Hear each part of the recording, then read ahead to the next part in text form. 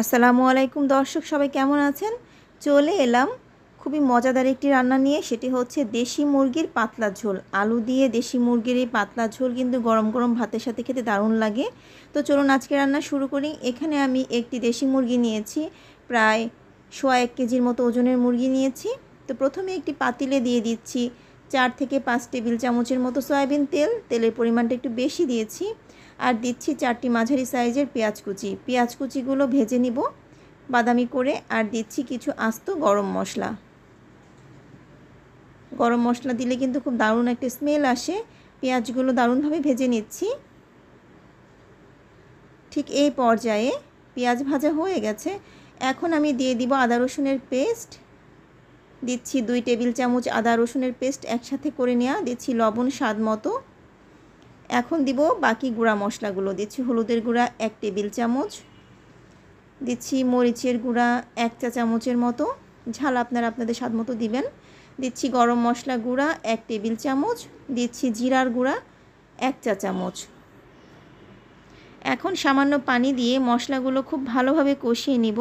যেহেতু মুরগিটি 1 কেজির একটু বেশি, প্রায় 1.25 কেজির মতো, এই জন্য মশলার পরিমাণটা বেশি দিয়েছি। মশলা কষানো হয়ে গেছে, তেল ভেসে উঠেছে। ঠিক এই পর্যায়ে মাংসগুলো দিয়ে দিচ্ছি। দেশি মুরগি রান্নার সবচেয়ে প্রধান কৌশল হচ্ছে মাংসটাকে কিন্তু খুব ভালোভাবে কষাতে হবে মশলার সাথে। সময় নিয়ে কষাতে হবে, তাহলে কিন্তু টেস্ট দারুণ আসবে। তা আমি কিন্তু এখন সময় নিয়ে কষিয়ে নিচ্ছি। চুলার আঁচ মিডিয়াম লো হিটে রেখে খুব ভালোভাবে মশলার সাথে মিশিয়ে সামান্য একটু পানি দিয়ে আমি কিন্তু মাংসটি কষিয়ে নিব প্রায় 20 থেকে 30 মিনিটের মতো। যেহেতু দেশি মুরগি তাই সিদ্ধ হতে একটু সময় লাগবে, এই জন্য আমি প্রায় 15 থেকে 20 মিনিটের মতো কষাচ্ছি। তো আবারও নেড়েচেড়ে দিচ্ছি। দেখুন ঝোল ভেসে উঠেছে। 15 মিনিট পর ঢাকনা খুলে নেড়েচেড়ে দিয়ে দেখব যে মাংস থেকে বেশ খানিকটা পানি বের হয়েছে। এই পানিতেই কিন্তু বাকি মাংসগুলো সিদ্ধ করে নিব আরও 15 মিনিটের মতো। প্রায় 30 মিনিটের মতো কষিয়ে নিব।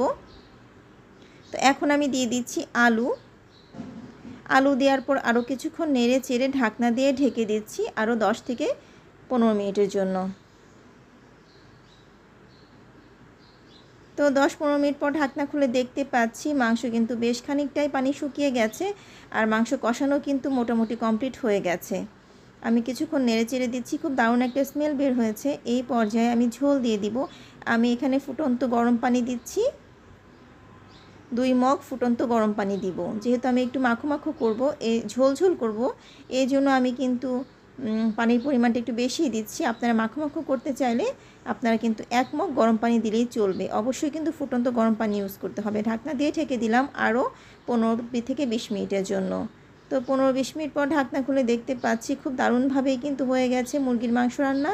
এখন আমি কয়েকটি আস্ত কাঁচামরিচ দিয়ে দিচ্ছি ফ্লেভারের জন্য, দারুণ একটা ফ্লেভার অ্যাড করবে। এই পর্যায়ে আপনারা ঝোলটা একটু টেস্ট করে দেখবেন কেমন হয়েছে। যদি লবণ কিংবা মশলার পরিমাণটা কম লাগে তাহলে একটু লবণ ছিটা দিয়ে নেবেন, আর হচ্ছে গরম মশলা দিয়ে নিতে পারেন এই পর্যায়ে। তো দেখুন খুব দারুণ একটা স্মেল আসছে, আর দেখতে কিন্তু খুবই লোভনীয় লাগছে। গরম গরম ভাত বা পোলাওয়ের সাথে এই মুরগির তরকারি কিন্তু দারুণ লাগে। ভিডিওটি ভালো লাগলে চ্যানেলটি সাবস্ক্রাইব করে পাশেই থাকুন। এতক্ষণ দেখার জন্য অসংখ্য ধন্যবাদ।